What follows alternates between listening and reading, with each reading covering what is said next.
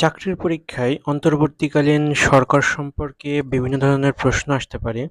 তো বর্তমানে বা এখনকার ভিডিওটিতে আমি অন্তর্বর্তীকালীন সরকার সম্পর্কে কিছু গুরুত্বপূর্ণ তথ্য দেওয়ার চেষ্টা করব। রাষ্ট্রপতি সংসদ বিলুপ্ত ঘোষণা করেন ৬ আগস্ট ২০২৪ সালে।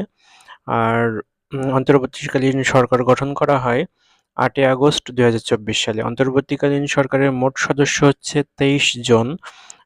যেখানে রয়েছে প্রধান উপদেষ্টা ও অন্যান্য উপদেষ্টা ২২ জন। আর রাষ্ট্রপতি প্রধান উপদেষ্টাকে শপথ বাক্য পাঠ করান ৮ আগস্ট ২০২৪। আর প্রধান উপদেষ্টা ডক্টর মোহাম্মদ ইউনূসের প্রেস সচিবের নাম হচ্ছে শফিকুল আলম। অন্তর্বর্তীকালীন সরকারের নারী উপদেষ্টা রয়েছে ৪ জন।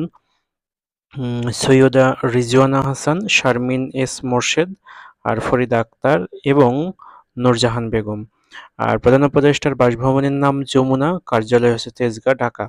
তো প্রধান উপদেষ্টা যে সমস্ত মন্ত্রণালয়ের দায়িত্ব নিয়ে রয়েছেন সেটা হচ্ছে প্রতিরক্ষা, জনপ্রশাসন, বেসামরিক বিমান চলাচল ও পর্যটন, ডাক, টেলিযোগাযোগ ও তথ্য প্রযুক্তি। আর বিভাগ হচ্ছে উপদেষ্টা পরিষদ বিভাগ, আর সশস্ত্র বাহিনী বিভাগ ও তথ্য ও যোগাযোগ প্রযুক্তি। এছাড়াও যে ২২ জন উপদেষ্টা রয়েছে তাদের নাম হচ্ছে সালেহউদ্দিন আহমেদ, অর্থ মন্ত্রণালয়; আসিফ নজরুল, আইন ও বিচার বিষয়ক মন্ত্রণালয়; সাখাওয়াত হোসেন, শ্রম ও কর্মসংস্থান নৌ পরিবহন মন্ত্রণালয়; আর চৌধুরী রফিকুল আবরার, শিক্ষা মন্ত্রণালয়; আর আদিলুর রহমান খান, শিল্প, গৃহায়ন, গণপূর্ত মন্ত্রণালয়; তারপর তৌহিদ হোসেন, রিজওয়ানা হাসান, তারপরে শারমিন এস মোরশেদ, তারপর রয়েছে আ.ফ.ম. খলিল হোসেন, ফারুকী আজম, ফরিদা আক্তার, তারপরে নূরজাহান বেগম, তারপরে রয়েছে সুপ্রদীপ চাকমা, ডক্টর বিধানচন্দ্র রায়, ওয়াহিদুদ্দিন মাহমুদ, আর আলী ইমাম মজুমদার। এছাড়াও